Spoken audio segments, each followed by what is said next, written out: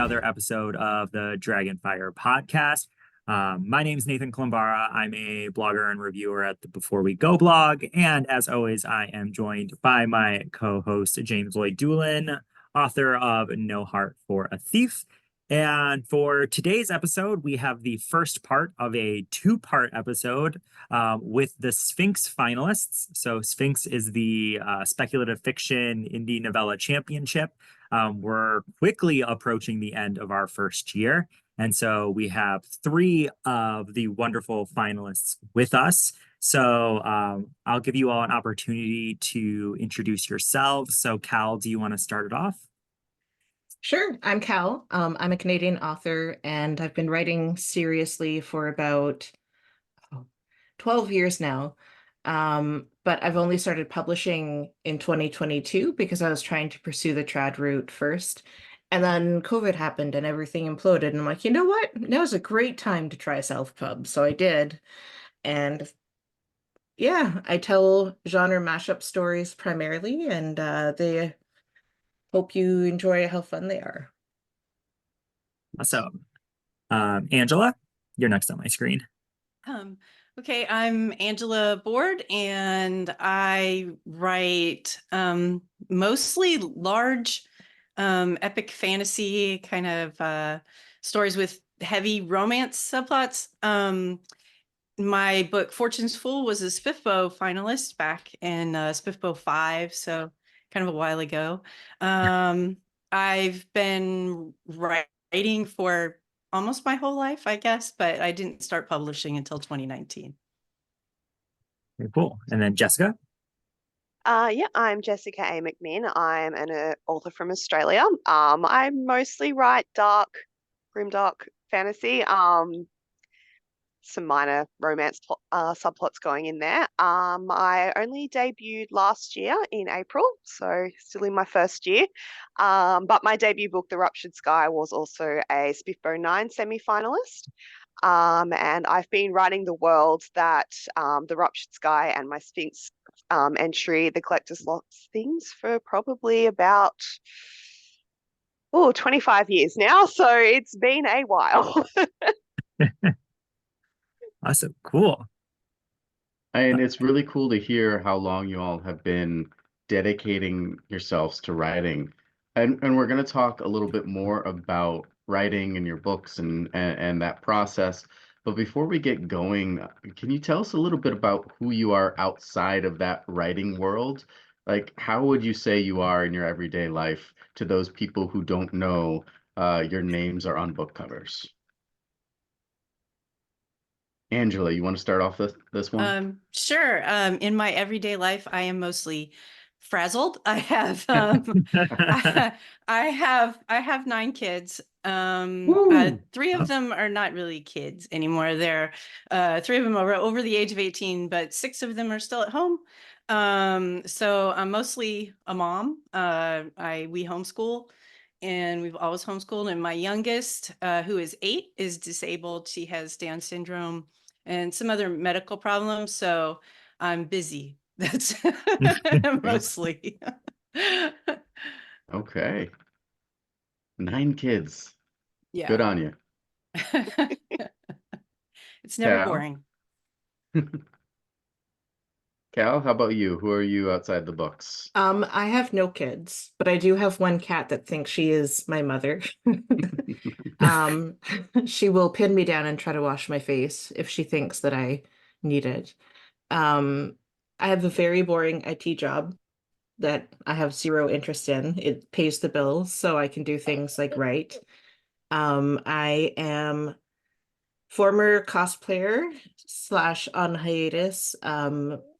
I'm technically an international master level cosplayer, so if I went to Worldcon and entered the masquerade, I'd be in the highest level, which is always nerve-wracking because you're like, what if I forgot to finish a hem somewhere? But my interests are pretty broad, and I joke that my hobby is collecting hobbies, which is a problem with limited space in an apartment and a cat that loves to help. But I definitely find my fulfillment outside of work. And I am the child with the medical issues, so a lot of my time is spent dealing with that. I am dealing with long COVID and fibromyalgia for the fibromyalgia for about 10 years now. And I kind of got a handle on that, and then COVID showed up and was like, you thought you were good, right? And then smacked me down. I was like, this is not cool. And that kind of comes out a lot in my writing, which is both like a release valve kind of vent for some of the stuff that I have to deal with day to day, but also it is like the one thing I keep going back to in my life, even as I jump from the other hobbies, like from painting to cosplay to I made D&D dice for a while and I still have them all over my apartment because my cat knocks them under furniture. But writing is the thing I keep coming back to, and usually the thing I talk about the most. Very cool. And Jessica with the birthday boy popping on screen. Yeah, so I'm also busy as a mum. This is my oldest, so they're small children still. Um, yeah, look, I don't do much outside of writing. I'm a bit of like a homebody sloth. When I'm not writing, I'm bored parenting. I'm, you know, playing video games or anime, manga, that sort of stuff. I do a lot of cross stitch and listen to audiobooks, so, very life on the edge kind of woman. Yeah, I did live in Japan for 5 years. So my husband's Japanese, and we're heading back in a couple of months for the first time since COVID. So that's really exciting. That is exciting. Yeah. Very cool. Well, happy birthday to your boy. Thank you. By the time this airs, it will already have been his birthday, but hopefully that all goes well. Yeah. So you all are here because you're in the Sphinx finalists. Um, how are you feeling as a Sphinx finalist? Did you hesitate to enter? Like, this is the first year. What were your thoughts when you were getting into this, and how are you feeling now? Jessica, I don't think you've gone first, so I'm gonna pick on you. I haven't gone first, no, so I'll start. Yeah, look, I was surprised. I wasn't expecting to get that far. So my the Collector's Lost things I actually released in 2022. It was just a reader magnet to as I was starting to build my audience after I decided that I was going to go indie. I think I did one whole round of querying and went, no, this is too hard, and moved on. So I really didn't stick in the trenches very long. So it's sort of one that, yeah, I never really expected to fully publish, but I was like, hey, they didn't have to be commercially published to enter. So I thought I'd give it a crack. So yeah, very bit bewildered that I've gotten this far, but it's nice to see that yeah, it's being my first thing that I did put out there, that it's been well received to get this far. It's pretty exciting. Right. Angela? Well, I thought it was fun, because the way the competition started, and when I entered Spiffbo, it was 5. So it was like, I mean, it's been a while now. It's kind of scary. Like it's going to be Spiffbo 10 next year, but it was kind of more established, and it had like Spiffo doesn't really have, it's kind of controlled chaos, but it's like a big deal. It kind of rolls along every way. And what was fun about Sphinx is how grassroots it was when it started, and how you could watch it come together. Because like, and when Adam Holcomb said, hey, there should be a thing for novellas, and then other people, everybody else said, lots of other people said, hey, that sounds like a great idea, let's make a competition. And I thought, hey, I have a novella, I can be part of that competition too, this sounds like fun, I want to join. So that was kind of why I decided to jump in. And I think that as the competition's gone on, it has kind of proved itself. It has kind of retained that flavor of cooperation, and kind of grassroots kind of excitement. It's a cool thing we're doing because we all love novellas and because they don't often get the attention that I think they deserve. And I think this year with the competition, they have started to get more attention. People have tried to read novellas because they're out there, because they want to get in on there's a lot of excitement in doing things that other people are doing together, and you can be part of the Sphinx group, I guess. And that's been neat to be a part of. I've really enjoyed that. And to make the finals was really, I thought that's just been it's just been awesome. I really like being a part of it from the ground floor. All right. So by grassroots, do you mean that Nathan is not as big as Mark Lawrence? Was that a shot at Nathan?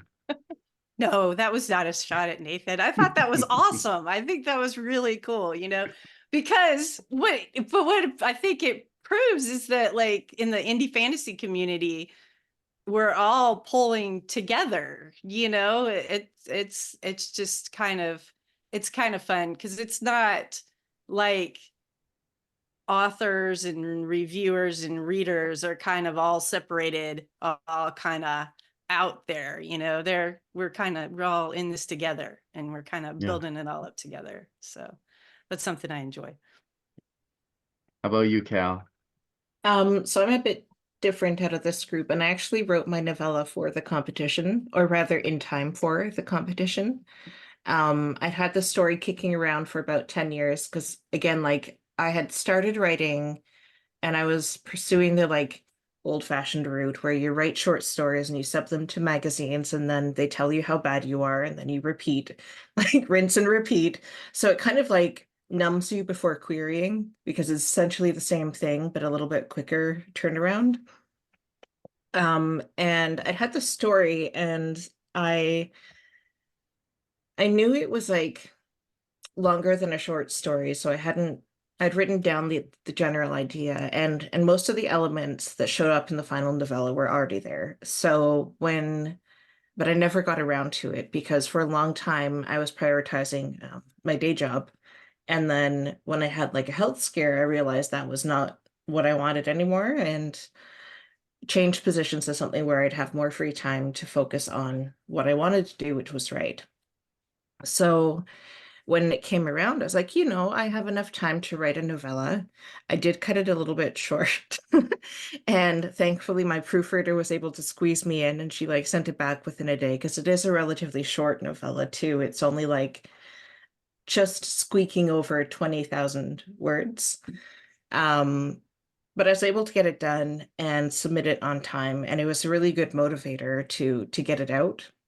And the novella specifically, I think, not just this, like the one I wrote, but the format really suits like dark and horror really well because it is not long enough for the reader to get accustomed to what they're reading about and for that to lose its scariness.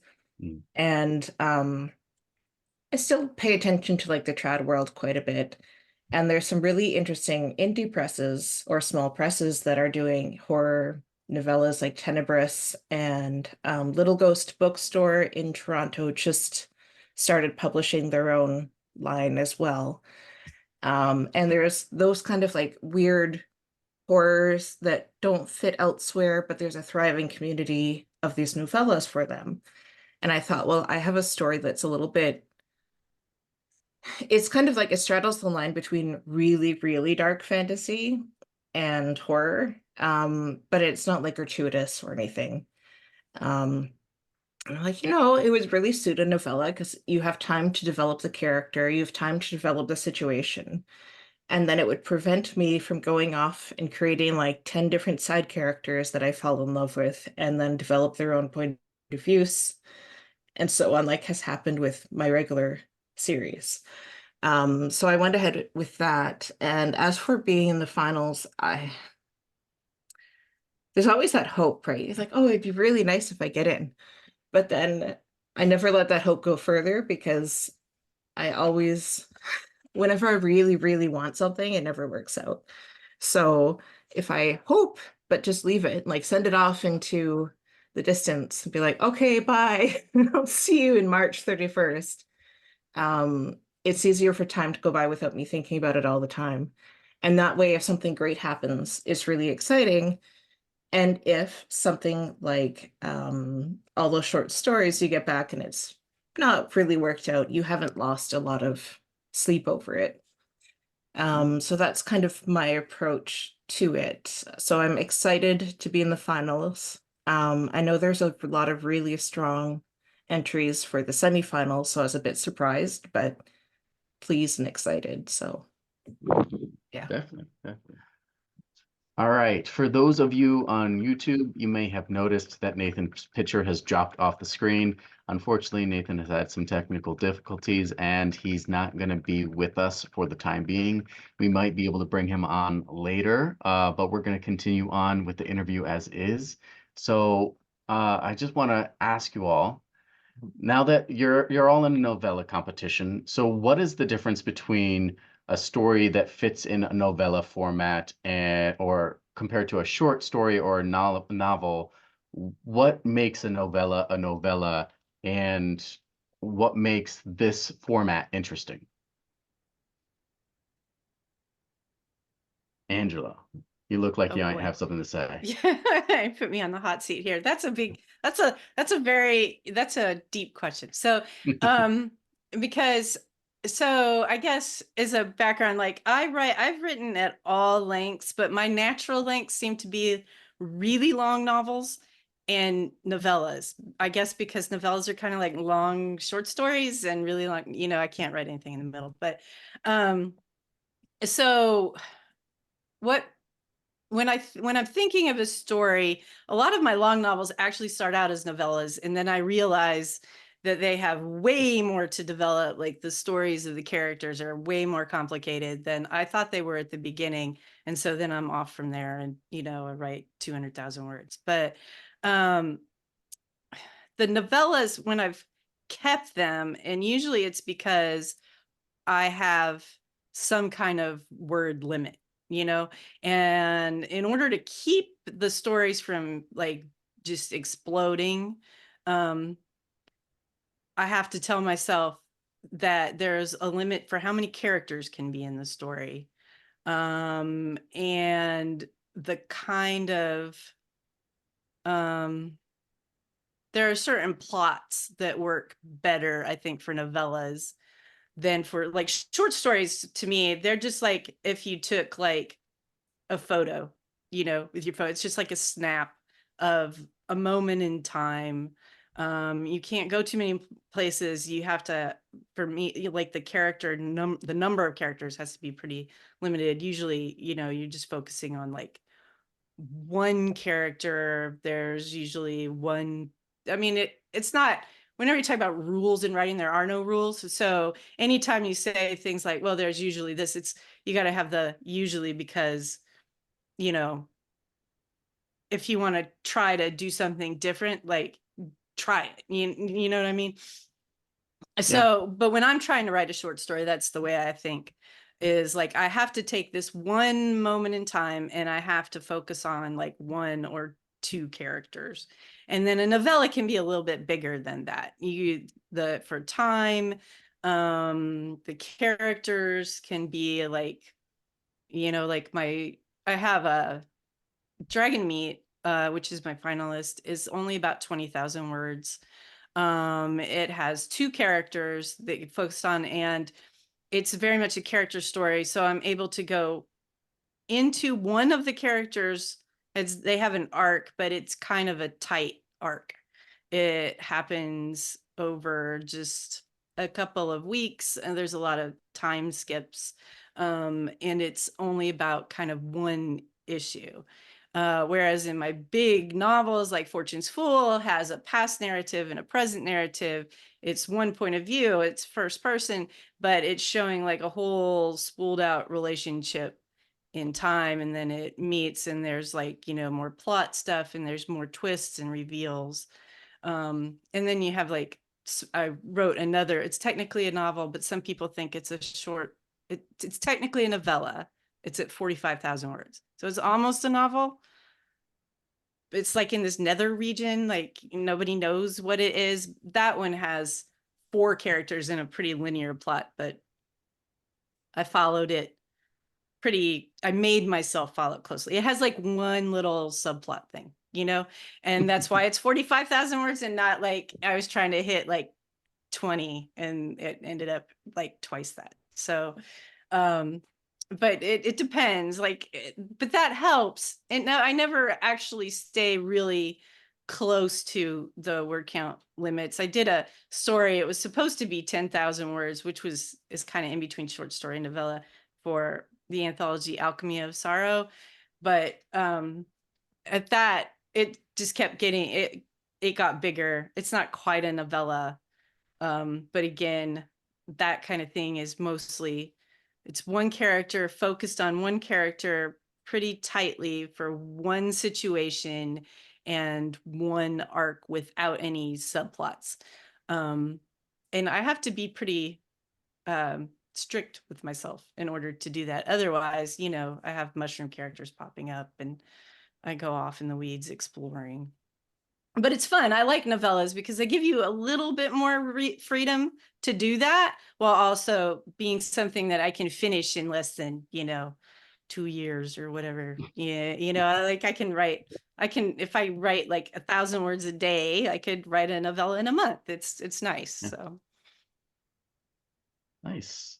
Well, Cal Black with the black cat. Yeah, so this is Birdie. So she is my supervisor, my editor, and general manager of life. She has deleted half a chapter because she thought it wasn't good enough. And I only noticed after it was too late to revert the save file. So, yep. But yeah, I think novellas it's all a matter of scale. Like, what is the scale of the story you're telling? And what is the scale of the character development you want?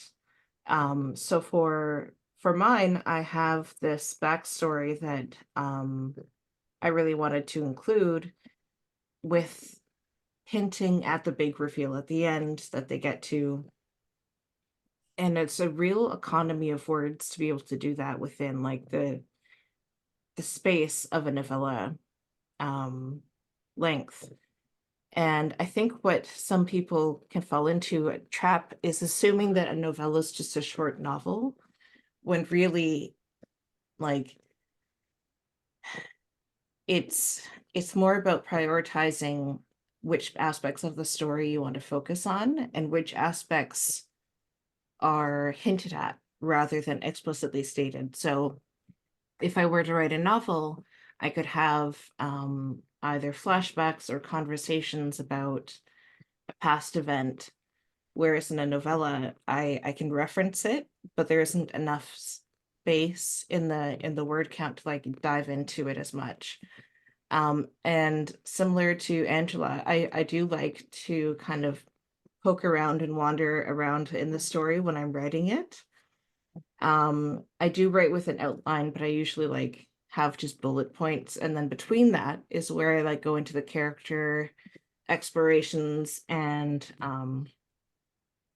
just kind of feel around and add usually side characters that are foils or like reflect the main character. And I could feel myself wanting to do that with a novella, but like I think it was a really good exercise for me to really focus on the main character and pare down to the core of the story, which is like her trying to find out this mystery of what's happening in the city she's in. Everything around that is secondary. So the main things I wanted to focus on are her personality, and then the mystery she's trying to solve. Everything else is kind of like the equivalent of painted in like large brushstrokes, so impressionist almost. Sorry, my cat is attacking a cord. So, and I think short stories are like another step down from that. Although I wrote a lot, it's very hard for me to focus on something that's small because I do want to get into like the what makes the characters tick and what makes them unique to the situation and how they're reacting to the situation that they find themselves in. And I think that's why ultimately I stopped writing the short stories. I didn't, no, I got one published. It's not very good, but I did get paid for it, so that's the important part. But looking back, I'm able to see why it was published because it had a really strong voice, like the character voice. And again, it focused on one character, their experience, and then like a secondary character. Whereas like all of the other ones I wanted to tell were much more suited to novellas or novels with multiple characters, character backstory, history, everything like that. So I think it's a different kind of skill. It's still one worth trying and practicing and like giving yourself the challenge. Because I found that my descriptions and my word choice definitely did improve and became more focused while working on the novella. But it's a different approach, I think. Or at least it's a different what's the word? Skill set to learn what to keep or to hunt down the right word for this rather than using like a sentence or a paragraph to describe the idea that you're after instead. Yeah. Jessica, do you have anything to expand on in the novella and what it meant to you to write? Oh, we can't hear you right now. Sorry, I muted myself because my son was whinging. Um, I I don't write long novels anyway. Like my debut novel is only like 94,000, so I'm not a huge wordy writer like I do. So I haven't approached my novella any differently into how I had it like on a sentence level as to how I've approached it the novel. Um, I guess my difference on it is very much the same like it is. It's an exercise in control in that I like to use novellas as they're limited to one character and an event in their life. So it doesn't span a large period of time. It doesn't span a large geographical space. And I try to keep it very close to just one person that all the action is spinning around to rather than having it um, develop side characters. So it's kind of like I approach them as being more like a character study. So it's a core event or situation that's happened, and we're seeing how this event has either shaped the character or how they've responded to it. So that's sort of how I've gone with it. My novellas that I've written so far have been prequels or explorations of characters from my larger work so far. And even this year, I've actually only been writing novellas this year. So again, it's still sort of me learning more about a larger world, but doing it in a very narrow scope where I can get enough to find out find out the bones without really getting distracted by bigger plots or multiple threads. So it just keeps it it's like writing with blinkers on, I find when I'm doing novellas. I get to keep things very narrow and then I can branch off later. So yeah, I find them just something fun to play around with when starting something new. Yeah. Well, we are coming a little bit close to end of time for our interview section. So I want to ask you all, can you tell us, just give us an elevator pitch for your novella? We want to know why we should, pick up your novella and what we'll expect to find in there. I started with Angela last time. So Cal, do you think you can kick us off with an elevator pitch for your Sure. novella? The city of Ishcairn is a city of granite built atop the body of a dead god. At least that's what the legends say. Corey Exley, who's an adjunct professor and has excavated under the barrows and the cairns of Ishcairn, doesn't really believe in that. But when she's going to try to catalog and protect the valuable artifacts during the outbreak of a war, a bomb is dropped that changes everything. Instead of crushing buildings, it tears souls out of bodies, leaving the souls wandering and looking for something else to inhabit, regardless of if there's a soul in it already or not. Corey's quickly finding that there's no help coming.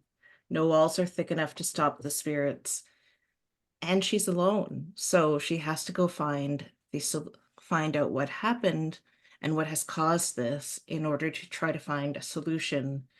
Because with every body that is torn apart by these wraiths, another one is formed. And it's a self-perpetuating plague, essentially. So she then goes looking for the solution, and she's on her own. That's it. There's no help coming. Nathan, as a archaeologist, have you ever experienced that kind of scenario before in everyday No, life? no. Real life archaeology is much more boring than that. Okay, I just wanted to make sure. Yeah. Yeah. I mean, I would Um, love to have discovered something that cool. That I don't know if definitely get me Corey tenure agrees. somewhere. Maybe if I survived, I would definitely get tenure somewhere. Yeah. But Jessica, what's going on in your So novella? yep, the Collector's Lost Things follows the story of Ray High Shaw. He is, I guess, an acolyte at an assassin organization, basically, and it follows the story of him getting sent back to the area where he grew up on to carry out his first assassination task. So yeah, we've got murder, assassins, violence, a lot of trauma, and some queer romance as well. So that's what's happening in there. Bit of a mixed bag, but you know, why not? Why not? When I think assassins, I think romance. Absolutely. Like, it's a very Of course. romantic profession. Angela. Okay, so my novella is Dragon Meat, and dragon meat is poison, but what if you're starving? So it's a story. Perry lives on an island that has been quarantined and cut off from the rest of the world, and her people are starving, and she is in charge of taking care of her chronically ill father and trying to keep him alive, when she's doing it by stealing food, the little food that's around. And one day she tries to steal a fig and starts a riot, and a mysterious stranger shows up and saves her, and it turns out he has food and he wants to talk to her.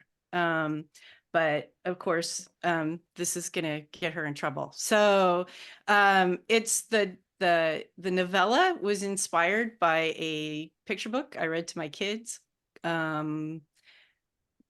where I think it was about St. George in the dragon. And I started wondering what happens to dragons after the knights slay them. Like, you have this giant reptile that's just sitting there rotting, and what do they do with it? Like, what do they do with the meat? So if you're starving but you're not allowed to eat the dragons that are plaguing your city, like, what will happen? And that's why I decided to write the story. And then Perry showed up and started talking to me. Very cool. I mean, that's probably not the best bedtime story No. for your kids anymore. Yeah, I know. My kids have a weird mom. I just like, what do they do with the dragons? I don't.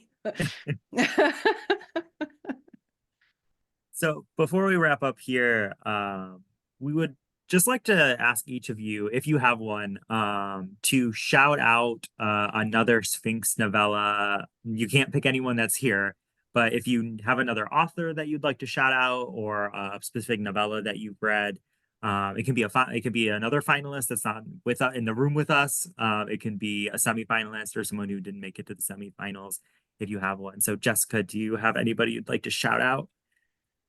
Yes, BSH Garcia, she had From the Ashes, I believe she was a semi-finalist from Before We Go blog along with me in the first round. I've read that one and it's a great little action-packed nugget. So yeah, really enjoyed that. And also Necromancer called Gam Gam. I was really bummed to not see it go through. It was a great read as well.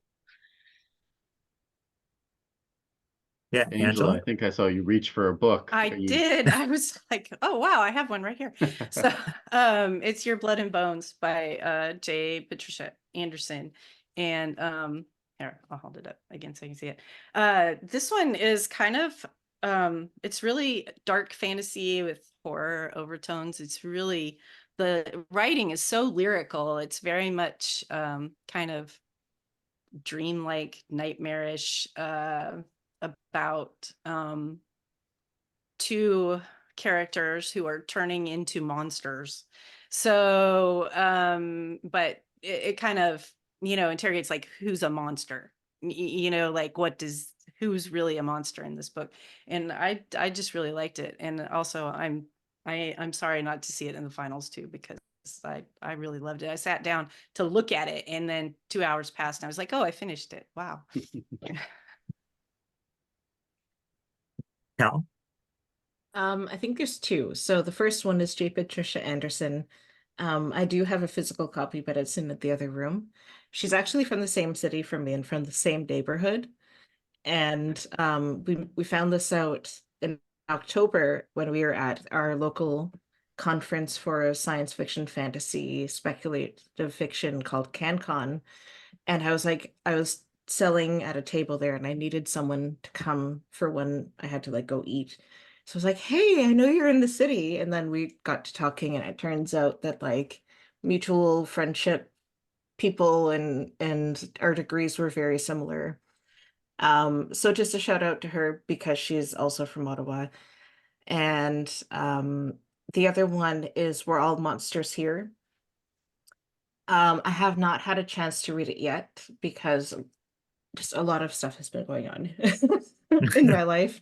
And but I know the tropes I like, and I have a soft spot for like that concept similar to what Angela was saying of like what constitutes a monster. Is a monster the people or the creature that they're going after? And I especially like this modern twist of like this vampire feeding on CEOs and other corrupt C-suite people, especially after my career in IT, where like we just get the most ridiculous requests come down from on high, and you're like, oh, you don't get a choice, you have to do it, right? So that's the next one on my list to read. We will be sending this recording to your former CEO and executives. It's okay. All right. Well, it's time to move on to Dragonfire, I guess. Yeah, sounds good.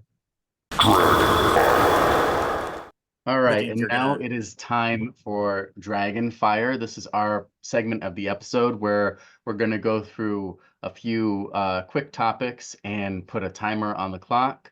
Well, we go ahead and throw out some of our opinions, maybe some controversial, maybe some not.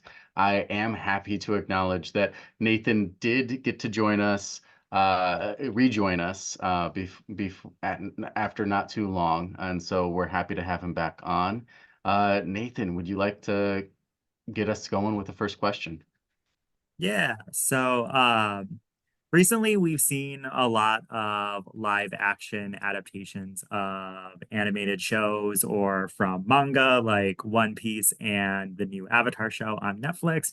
And so we were just wondering what everybody's thoughts on this trend were, and if this is a trend worth continuing, or if we should just let it die. So I don't know if anybody has thoughts on it and wants to kick us off, or we can choose somebody. I'm happy to start. Yeah, I'll go after Jess. Yeah. So I'm someone that views adaptations as they're just entirely separate media. So I know a lot of people get up in arms about you know, adaptations cutting stuff out of the source material or changing it, but I guess I look at it, the way you tell a story in a book is very differently to how you tell a story in a visual medium. But I guess when you're going from animated to live action, again, there are conventions and things that work in animation that don't work in live action. So it's just a new representation of a new story. So I don't personally have an issue with it happening either way, but I guess I haven't experienced anything that I desperately love in a source material get butchered yet. So that might be why I'm happy for it to continue. It's kind of just another way that I get to explore and absorb stuff that I love. Personally, I haven't actually seen any of these live adaptations or most of these material that they're covering. But I do think part of the strength of adaptations is when they actually don't cover the source material word for word. An example being Howl's Moving Castle. The book and the movie that Ghibli did is quite different, but they have the same kind of core ideas and the same kind of core story, but the focus on the themes is different. And I think they're both equally strong in very different ways. One focusing more on this self-earned independence of Sophie, and the other one, like the movie, focusing on love and forgiveness of yourself with Howl.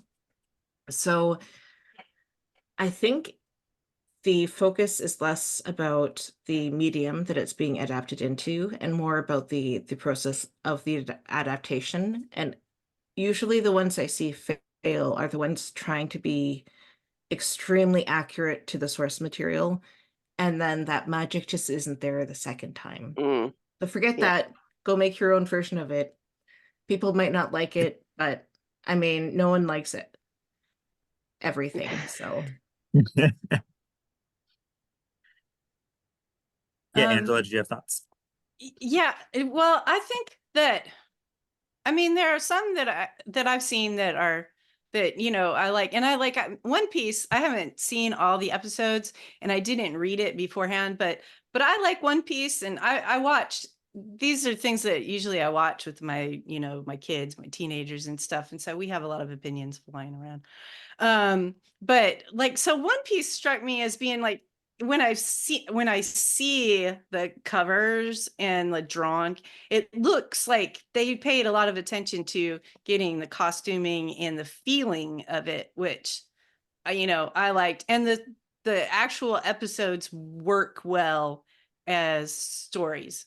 But like Avatar, I think they just went too much on visuals, like, you know, and the animated series was much more about like giving space for character development and stuff. And I don't know, the Avatar series, anyway, that's my opinion. Yeah, but Angela, what you were saying, I think like maybe the one positive thing is, because I know we all like to shit on these adaptations more than Yeah. anything, but I think sometimes like with One Piece is that it does broaden the demographic for who gets access to that story, right? Because like who's gonna read 106 volumes of manga or over 1,000 episodes of anime? Not me. Yeah. So I think sometimes like you're gonna bring in people who don't want to read manga or who have a bias against watching animated shows, who now get access to these worlds and these stories and these worldviews. So that's just something that I think might be a positive thing. Okay. So Yeah. James, you want to go to the next question? Yeah, definitely. So selfishly or maybe unselfishly for you, what is a publishing trend that you're interested to see in the future as a reader or a writer? Some of these examples might be like Game of Thrones lookalikes or romantasy and cozy fantasy kind of having a boon. What trend are you interested to see next? Cal, what do you think? if you could all get ready for enjoying not romantic urban fantasy in about a year and a half from now, that would be excellent. Not paranormal, just like urban fantasy. Because I do think that particular has gotten like a bad rap with the Anita Blakes and the werewolf shifter romances, which are fine on their own, but like there needs to be space for the other stuff too, the more creative, or not the more creative, but the more divergent side of things with like exploring into other types of magic and fantasy. Also cowboy westerns with elves would be excellent if you wanted to read that right now. Just saying. Yeah. Angela, what do you think? I would actually like it if we could get some, like big kind of traditional classic high fantasy that has like a lot of good romance in it. So not romantasy, and get away from like the enemies to lovers trope, which is kind of saturated right now, but like just take it and have like a big book, like a big Brandon Sanderson giant epic, except you had some like really good, excellent romance in it. I mean, that's not, I have no self-interest in that whatsoever, but that's what I'd like Jessica? to see. So my selfish one would be those take the high action of like the moving like shonen manga, so things like Naruto, Dragon Ball Z, like the really high action, lots of violence, very boy centric, but make it queer. That's sort of like where I would love to see things go. Is so I think we see a lot of the like wuxia and thing inspired novels and stuff that come out that are really into like that sort of warrior class and military sort of Asian inspired military action, but they're very light. It's like what Angela's saying on the romance, but yeah, so I want to blend those really high action things, and I'd love to see it just take some more queer diversity. Yeah. I would really love, I was really enjoying to a certain extent the first few books of Dresden that I was reading, but I couldn't continue on with just how much misogyny was in it. And just being in that lens and having every character he meets that is a woman just described by their boobs first. I want us to embrace like the urban detective fantasy, but like just shit, we don't have to be in the point of view of a racist or a misogynist or like a grussled old angry man. Like you can have dark and gritty without that. Also, we Mm. need more angry and grizzled women, just saying, Yes, I Yes. agree. I agree with that. to spread it out. Women's wrongs. Nathan, do you have any? I don't know. I've been thinking about this, and I guess like for me, I just don't like want trends at all. Like I don't know if that makes sense. You know what I mean? Like I feel like right now, because I'm not a romantasy reader, I feel like particularly in trad publishing, there's not a lot for me as a reader. I feel like a lot like Orbit books, especially, I think is like severely rolled into romantasy. And so I kind of miss like a few years ago when there was more different kinds of story being published and not everybody just tracing the same TikTok influencers and that same TikTok audience. So I guess for me, it would be kind of the anti-answer of I just wish we would not be so restricted, but luckily like indie fantasy is around and there's a lot more diversity in terms of like what kinds of stories are being told in that realm. So This was your question, I and know, you I know, but again I don't wanted follow this the to rules the of your own panelists, not question. to myself. I do what I want. I'm going to write a question so I can seem above it. Yeah. My grand plan. Um, all right, so next question.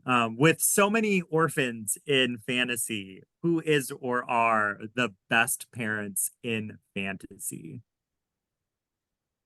Jessica, do you want to start us off? Oh, I'm just trying to think of stories I've read with parents that are good. Yeah. Look, I'll shout out to an indie. I think Stella Whiterock from Tainted Dominion. I think she's a great, strong, motherly character. I also really did like Misaki from sort of Kaigen. I thought the way that she but again, I don't know if I'm really saying that they're good parents, but rather good characters who are parents. I mean, I think Stella being as always made sure her daughter had cherry pie, and I think that's a she great did, parent. she was great. And what I enjoyed, I guess, and what made Misaki really real for me is that she grapples with, I guess, her failings and how parenthood changed her and everything. So I think as a relatively new parent myself, I found that as being something quite resonative. But like, I don't think we get a huge grasp of. I read a lot of dark fiction, so everyone's traumatized, and parents are such a great source of trauma.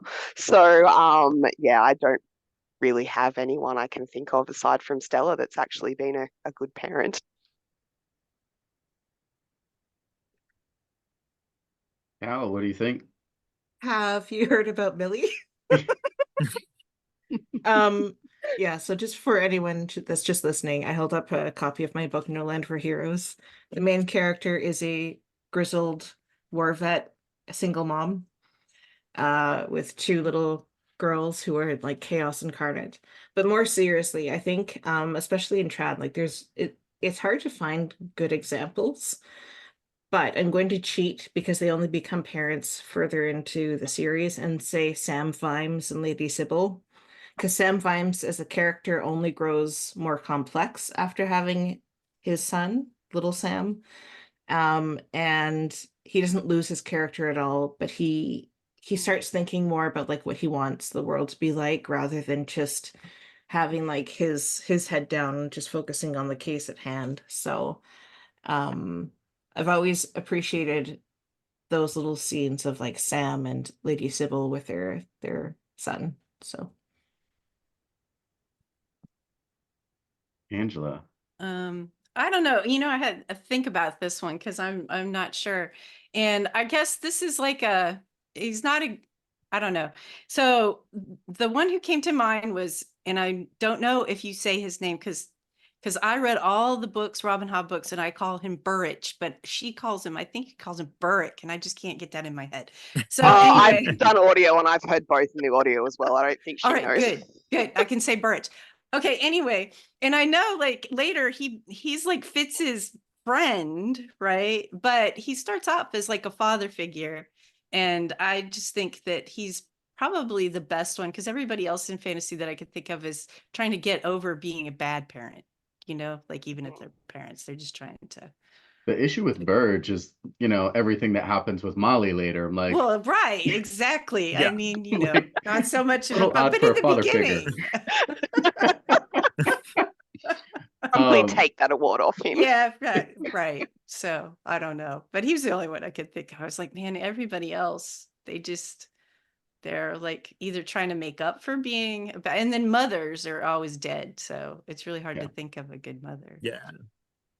If anybody's read Saga, Hmm. I think Alana and Marco are really great. Like they're good parents, but they're also like really messy.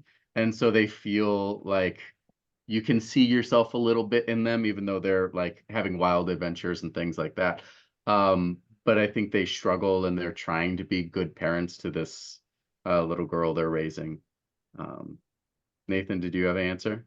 I honestly could not come up with one that I thought was like a good parent and not a good character who's a parent, but actually like a genuinely good parent. Like Saga was definitely where my brain was going, but yeah, I think this was like a tough one. Because I think like sometimes like fantasy also has the drive of like to show that someone's a good parent, they often have to like do really dark, bad things. And I feel like we always get trapped in that too, where you're like, well, they're a good parent. Like when I was thinking like the Wolf of Yarrow, like the KSV Oso books, and I was like, she's like, guess a good parent, but like, wow, she did some dark stuff in those Yeah, books. I mean, Like, yeah, she's dedicated.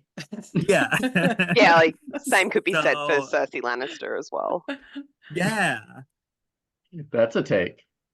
Well, her love for her children is so unwavering. Like everything she does is Yeah. motivated by those children. Like that's quintessential mama bear energy. But as we said, look, she makes some quite questionable decisions in her mission to do that. So not But is really she a sure if good she's I parent or a originally good thought getting any. about aunt? Ned, but I'm like, but then he goes and gets himself killed Right, and now mummy. his children like Maybe not. Maybe Yeah. not. All right. So this is for writers. I think Nathan, you don't have to answer this one. You got to pick a trope. Well, you're gonna be given three tropes. One of these tropes you include in every book that you have to write from this day to the day you die. One you only get to use once more, and the other you can never use again. All right. So always, once, never. A quippy side character. B, found family. Or C, a villain with a tragic backstory. I think we just picked on Jessica first, so I'm gonna have to go Angela. This is hard. I think that if I had to give one up as being one that I wouldn't use again, it would be the villain with a tragic backstory, because I could make some interesting villains with different stories. But I really like writing quippy side characters. So, and I really like found family too. So I'm not sure. I'd probably go with, I would probably give up the quippy side character to only write about it once for writing about found family, because that's probably a little bit more important. But I wouldn't like having to do it. Yeah. Very similar. The villain with a tragic backstory, never again. Actually, the villain in my novel series does not have a tragic backstory because some people are just, they don't have a reason. They're just like that, you know. And again, I went back and forth about the other two, but I think my love of humor and like the absurdity of real life events and questions and discussions comes through because I chose to always have the quippy side character, and found family once. Because often like things happen and even in real life someone will make a comment, right? Like I don't even know. Like, did you just make that joke? That's a terrible joke. And I can't help but put that in because that's my reality and that's like the people I know and am around. So yeah, I like jokes. Yeah. Yeah, I was the same. I chose to keep the quippy side character forever. I think because I do write such dark themes and everything, you need that humor somewhere running in there. Otherwise, it's just relentless. So you need that little break in it. So we'll always have quippy side characters. I too would happily only write found family one more time. I also think that's one trope that is getting saturated now. Like it's just everywhere, and I think people are also overusing it in saying that this book has found family when they're not really. They're just a group of friends. Like I think, yeah, I could do without that, and I could not write a tragic backstory for a villain ever again. I don't think I've really written one. I tend to write villains that are more like a abstract, or they're a concept or an entity, or they're like beastie monsters. So, My real and I villain is quite like capitalism. I like moustache twirling villains. So look, I will keep that there. So yeah, they're my three. I think the same as Cal.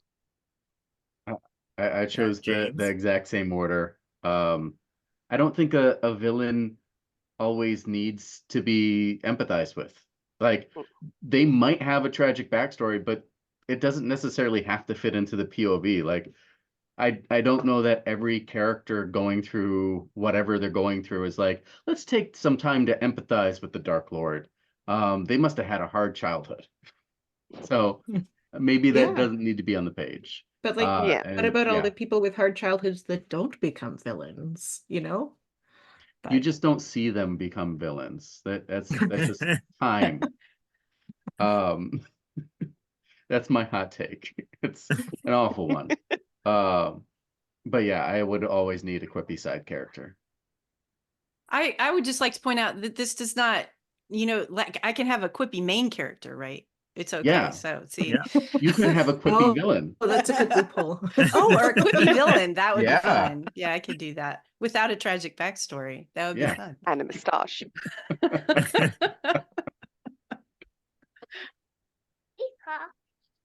Nathan, you got our next question?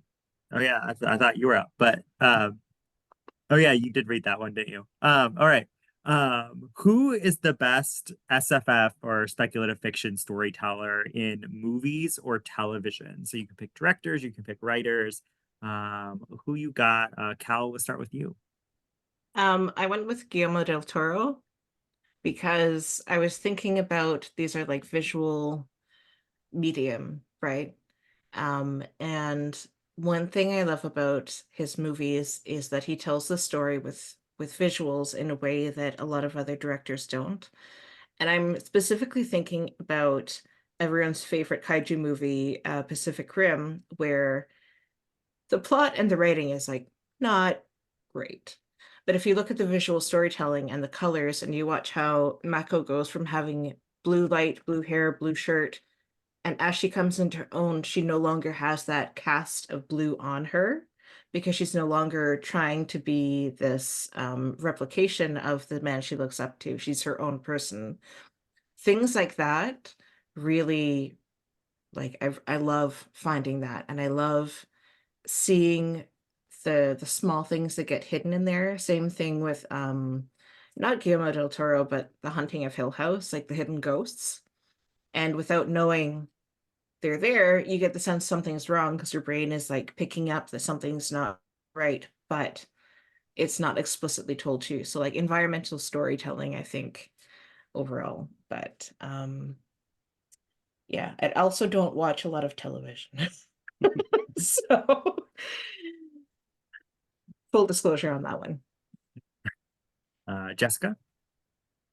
Oh, see, I don't watch a lot of stuff that's been original, that like there's not been an adaptation for it. But look, probably the OG Star Wars. Like, I mean, OG Star Wars.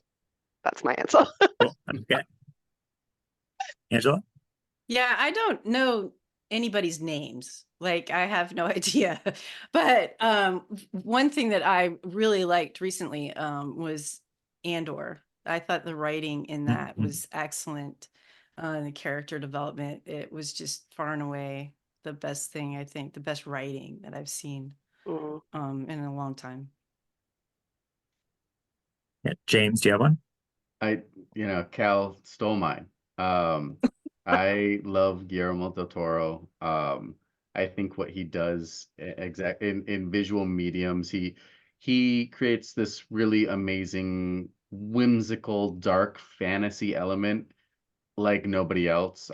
Pan's Labyrinth is one of my favorite movies. I think Hellboy he translated really, really well on screen. And it's campy and it's dark and it's gloomy, but it's also sarcastic and fun. And he maintained that tone really, really well.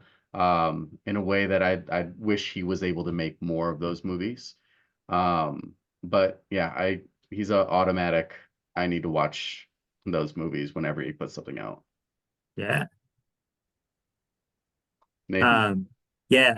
I actually I was debating between two because that's how I always go. My first one was Brian Fuller. So he did like the early 2010s Hannibal show version of Hannibal, Okay. Pushing Daisies, Dead Like Me, the first season of American Gods, the only one that was worth watching.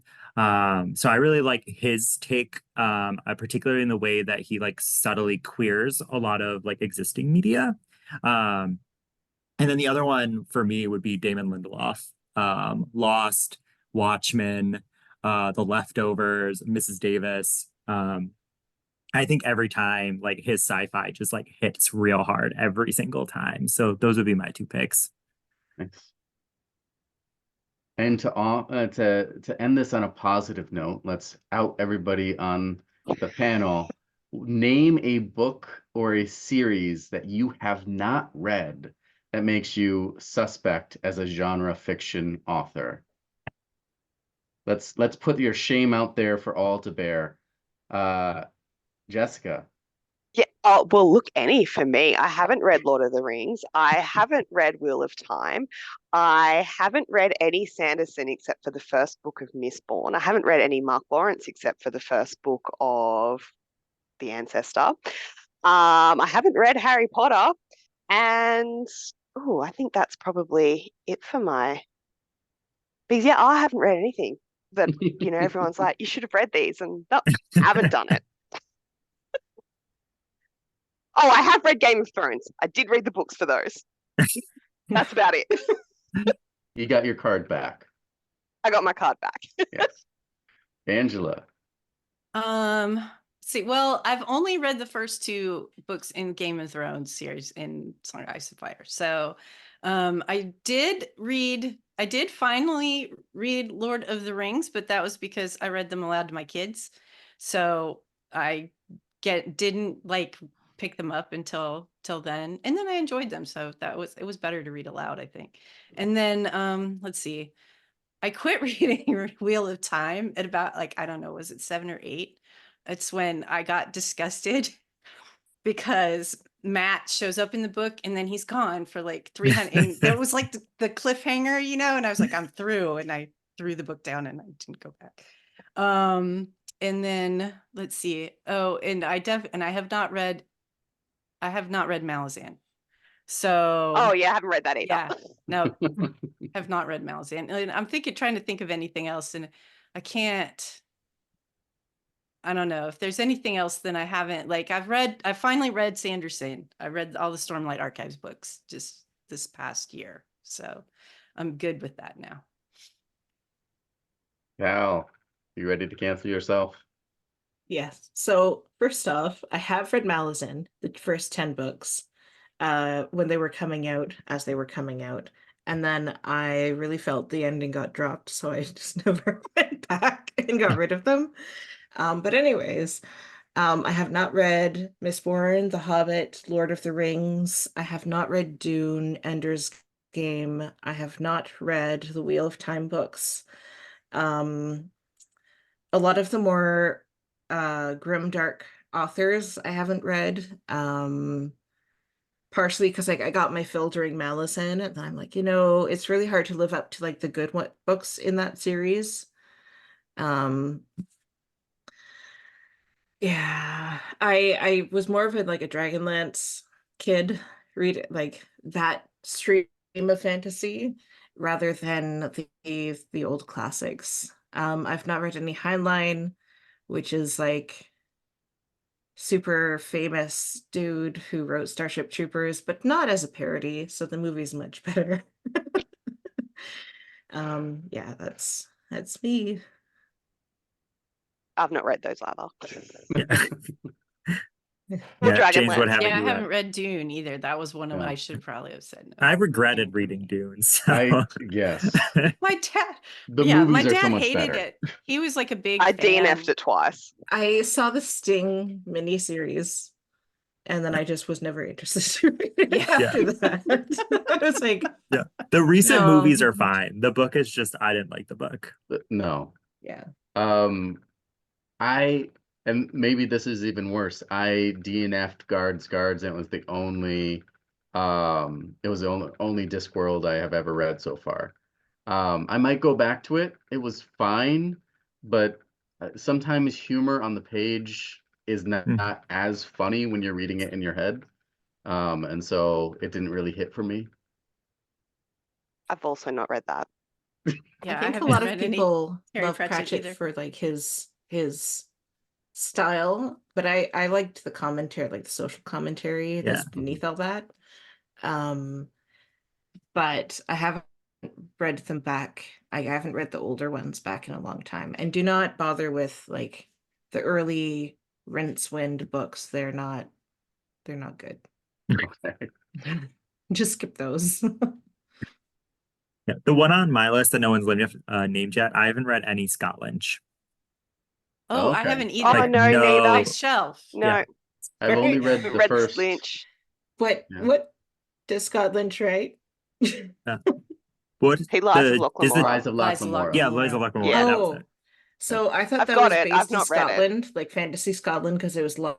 I'm like, oh yeah, and there's something similar to Lamora named out there, Loch Lomond. So I was like, oh, it's a Scottish thing, this sassy Scottish guy.